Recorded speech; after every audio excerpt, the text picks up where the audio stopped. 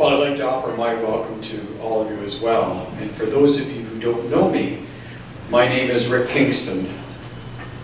And several years ago, Murray asked me if I would speak at his celebration of life. And that was such a sad thing to think about back then. And again, I was sad in January when Murray passed away. But somehow, being here today with all of you at Westmount, reminiscing about Murray's memorable life, it seems like well, this sounds funny, but it seems like a happier occasion. I first met Murray 50 years ago this month. He and Arlene were operating Dunnette Jewelers in downtown Kitchener, and I was a young accountant articling with a CA firm a few blocks up the street. And my boss at the time, Bob Heffernan, sent me down to the store to meet the two of them and to get started on their financial statements and corporate tax returns for their most recent fiscal year end. I can still remember Murray greeting me at the door with a handshake and a smile, and that same sparkle in his eye that so many of you referenced in your notes of condolence on the Urban Good website.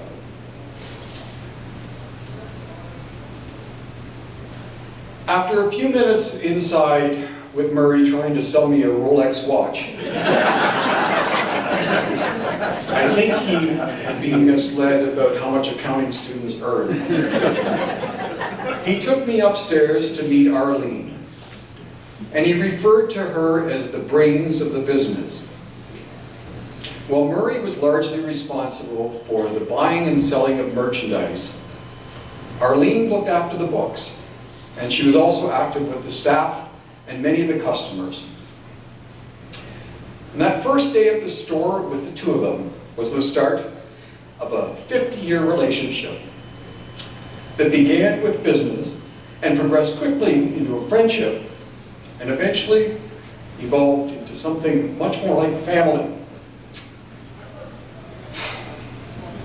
After years of watching Murray operate the store, I came to understand how he was able to successfully compete with all the national jewelry store chains of his time. You see, Murray was a shrewd businessman, and I mean that in the very best sense of the word. He knew how to get a great deal, but he knew how to give one as well.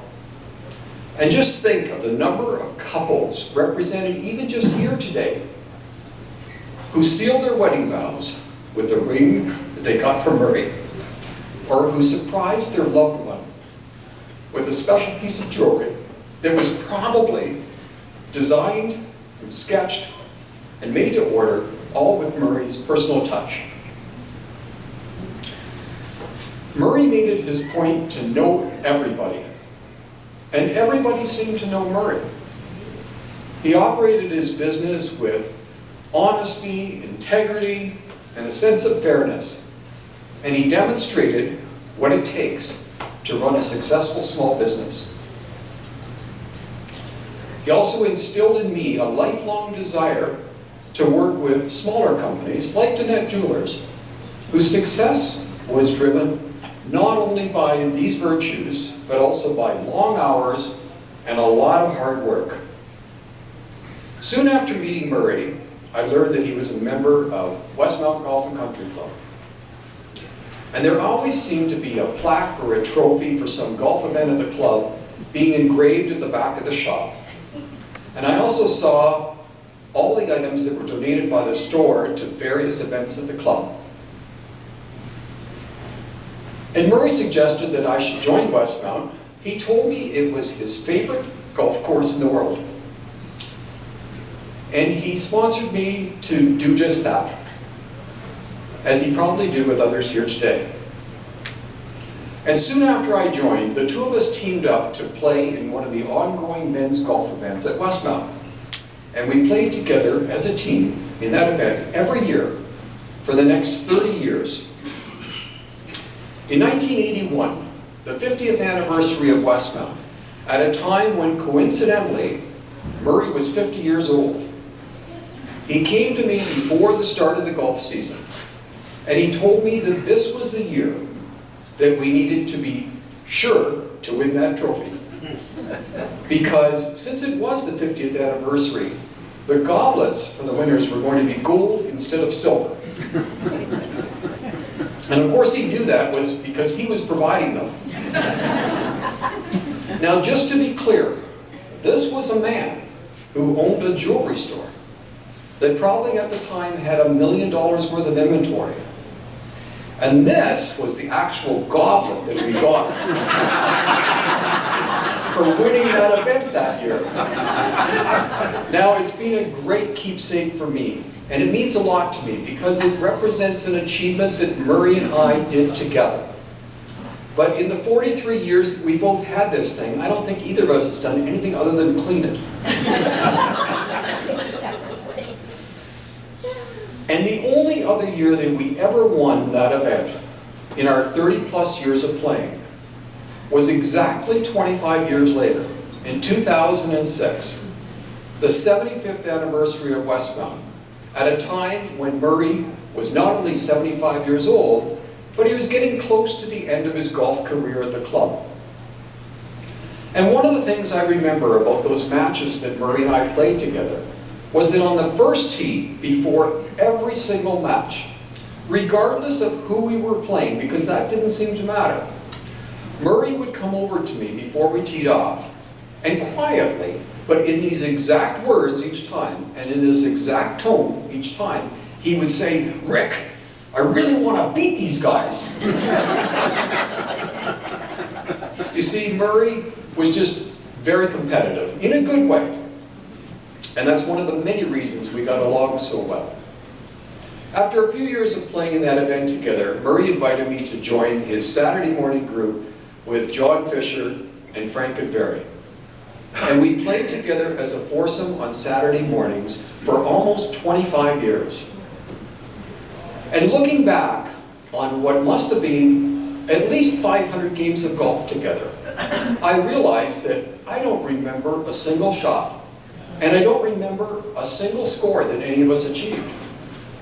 But I have a vivid recollection of the camaraderie that we shared, and what we would have referred to back then as the kibitzing. And the kibitzing, which was always good-natured at heart, or at least at heart, would start on the first tee and wouldn't finish until hours later on the patio after golf, and even then, not until we were ready to go home to our individual homes. And it would never slow down in between. And Frank would typically get it started by calling Murray Moish on the first tee, to which Murray would call Frank Hacker. And I think the only reason he called him Hacker was because Fisher called Frank Hacker. And the two of them referred to Fisher as the Big Cat. And I always thought back then that they only brought me along to keep score and to settle disputes about the Blue Jays. And for us back then, golf was almost somewhat of an afterthought, because there was always a comment from one or more of us after every single shot, good or bad, and there were plenty of both to go around. Murray had two favorite sayings, which used to show up at least once on the front nine and at least once on the back nine.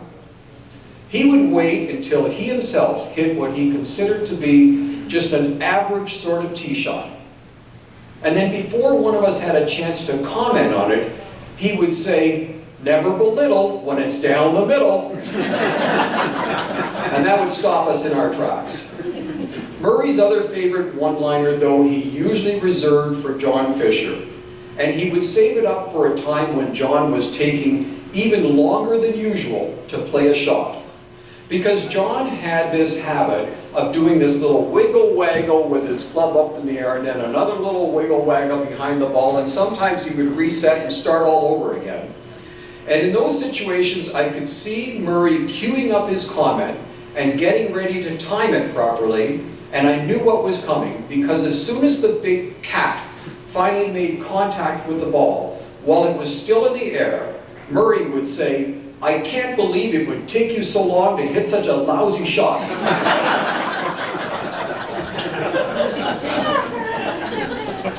Murray had a favorite golf story that he used to like to tell whenever we were playing with somebody who hadn't heard it before, or at least who Murray couldn't remember telling it to before. And it happened when we were getting ready to play one of our matches, and we were down on the practice tee together, hitting balls side by side, and seated right behind Murray was the great Mo Norman, sitting on a bench. And after Murray hit balls for about 10 minutes, right in front of Mo, he turned to Mo and he said, "Hey Mo, what do you think about my golf swing?" And you know, Mo never even looked up, but he immediately responded and said, "Which one? You got 5 of them." Well, that was Murray's favorite golf story to tell for sure. It wasn't his favorite story to tell at Westmount, because his favorite story to tell at Westmount wasn't even a golf story. But it did take place at Westmount. And it was a story about selling me his Cadillac when he bought a new car. And without telling me, he kept back a spare set of keys. And he put them in his locker at Westmount. And over the next summer, when he would come out to the course, if he saw my car parked in the parking lot, and knew therefore that I must be out on the course somewhere, he would go get the spare set of keys and he would move it a few spaces away. And sometimes he would move it to a completely different section of the lot if he felt brave enough that day. And he did all of this just to drive me crazy. And for those of you who have played with me for a while out here, you know that he succeeded. And Murray loved to tell that story. He told that story for years and years afterwards. He was still telling that story 2 years ago. And I heard it so often, and I laughed every time because Murray just loved to tell it. And I liked watching the different ways he would tell it each time, because the story changed over the years. When we weren't criticizing each other's golf swings or putting strokes, most of our banter on the golf course seemed to center around either the Blue Jays or hockey. Now, it's not that unusual, at least in Canada, for a group of 4 guys playing golf together to have all been active in the sport of hockey throughout their lives. But in our case, 2 of us used to be goalies, which is a little unusual, and 3 of us used to referee hockey, with only Frank refereeing professionally, of course. And Murray was a very good hockey player in his younger years. And I know that because Murray used to tell us that he was a very good hockey player in his younger years. Now, we had to take that with a grain of salt, because Frank used to tell us that he was a very good referee, also in his younger years. The reality is that both of those were very true. I had a number of opportunities to see Frank referee in the NHL, and he was one of the top officials in the league for many, many years. And I only wish I would have had even one opportunity to see Murray play hockey. Because over the years, I've had a number of people tell me what a skilled player he was, and what a good career he could have had on the ice if he had chosen to go in that direction. You see, Murray seemed to excel at any sport that he played, starting with hockey and lacrosse and later on golf. And Murray was also a very active squash player at the KW Racket Club in downtown Kitchener, where he played alongside a lot of other local businessmen, including several members from Westmount. And I was lucky enough to see Murray play squash one time in my life. He was in his 60s, and we went and played at the Racket Club one day just for fun. And at the end of playing, I realized that Murray must have been a pretty good squash player in his prime. Unfortunately, all those years of playing hockey, followed by all those years of playing squash, had a negative impact on Murray's knees. They always seemed to cause him a lot of pain, particularly when he was golfing, and especially when he was still walking the course and pushing one of the manual carts that you get from the pro shop to get his clubs around with him. And in those days, when we played the 7th hole at Westmount, after the 4 of us hit our tee shots, Murray would need to take his cart over to the top of the big hill that looked at the fairway way down below, and he would need to take that cart to the top of the hill and let it go down the middle of the hill by itself, because he knew that it would hurt his knees too much to walk down the hill and try and hold back the cart as he did that. Now, those of you who are members of Westmount recognize that this story probably doesn't end very well. Because more often than not, this would result in a crash at the bottom. The cart would flip over, the bag would fly off, the clubs would be, see, that's what would happen too. The clubs would be scattered in the grass down below, and from up top on the tee, it would look like a yard sale down there. And poor Murray, he would walk down the hill and have to go and put everything back together so that we could continue the hole together. But luckily for him, he had his 3 best golf buddies there to support and encourage him. And we did that from the top of the tee, looking down on him and calling out, sometimes in unison, "Hey Murray, never belittle when it's down the middle." Now I have to reiterate that everything was in good fun, good spirits, and we spent more time laughing out there than we did keeping score, which is probably why I don't remember any scores that we shot either.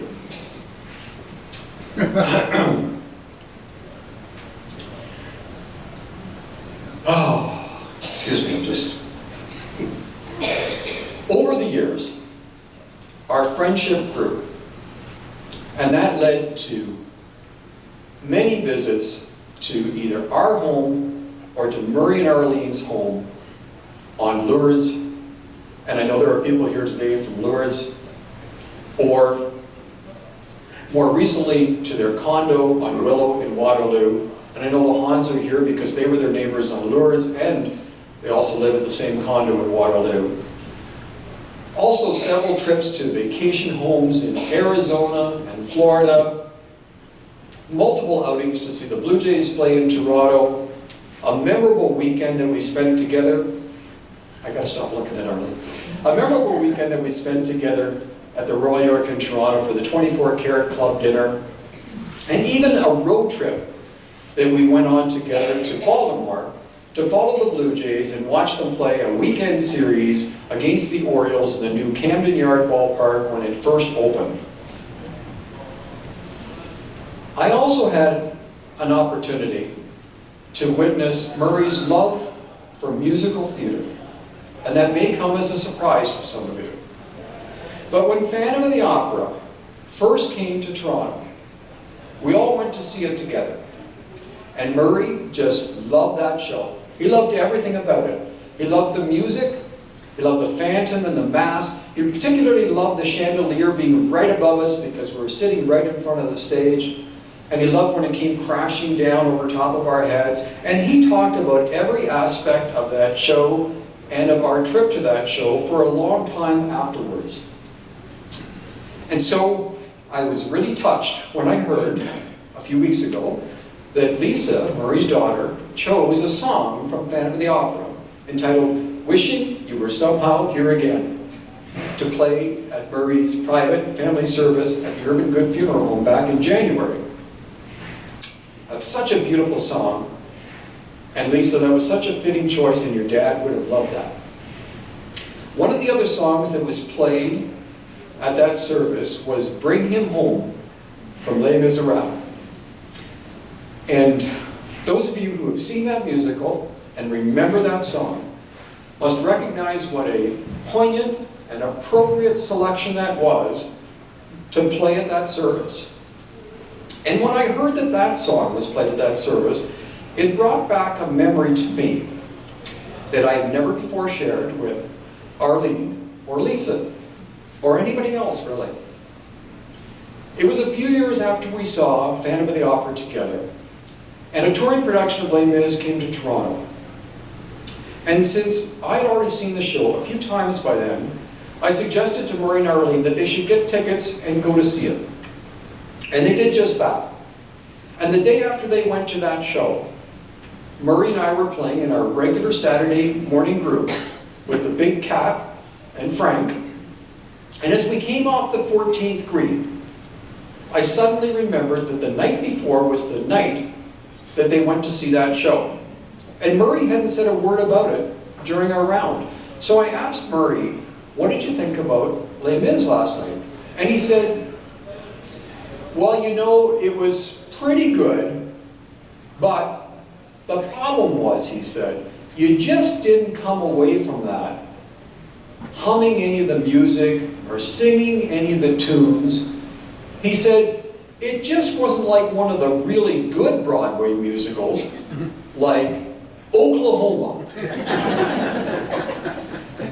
And then he proceeded to sing the title song from Oklahoma, from start to finish, on key, as he walked from the 14th green through the woods and over to the 15th tee. And let me tell you, Murray could sing.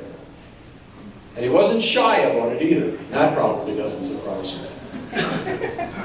And looking back on that day, I can only imagine what the group on the 13th tee must have thought, waiting to hit their tee shots and listening to this going on in the woods over there, and trying to figure out whether what they were hearing was a dress rehearsal for Drayton Theatre or maybe an audition for America's Got Talent. So if any of you here today, and particularly to the Dunnette family, if you're looking for an image to have in your mind when you're thinking about Murray, try and picture him on his favorite golf course in the world, walking through the woods, singing Oklahoma. I know that I picture that a lot. As I said when I began, Murray started off as my client. He became one of my dearest and closest friends, and we were golf buddies for over 30 years. But most importantly, Murray was, and is, like family to me. And I miss him. And I always will. And so in closing, I would ask you to raise a glass, and I will join you. But I think I should use Murray's 24-karat 50th anniversary gold-plated goblet for the first and the last time I'll ever drink from it. And I'd like to share with you a twist on an old Irish golfer's prayer. Murray, may the fairways rise up to meet you. May the wind be always at your back. May the warm rays of the sun fall upon your home course. And may the hand of a friend always be near when your ball is already in your pocket. To Murray. Murray.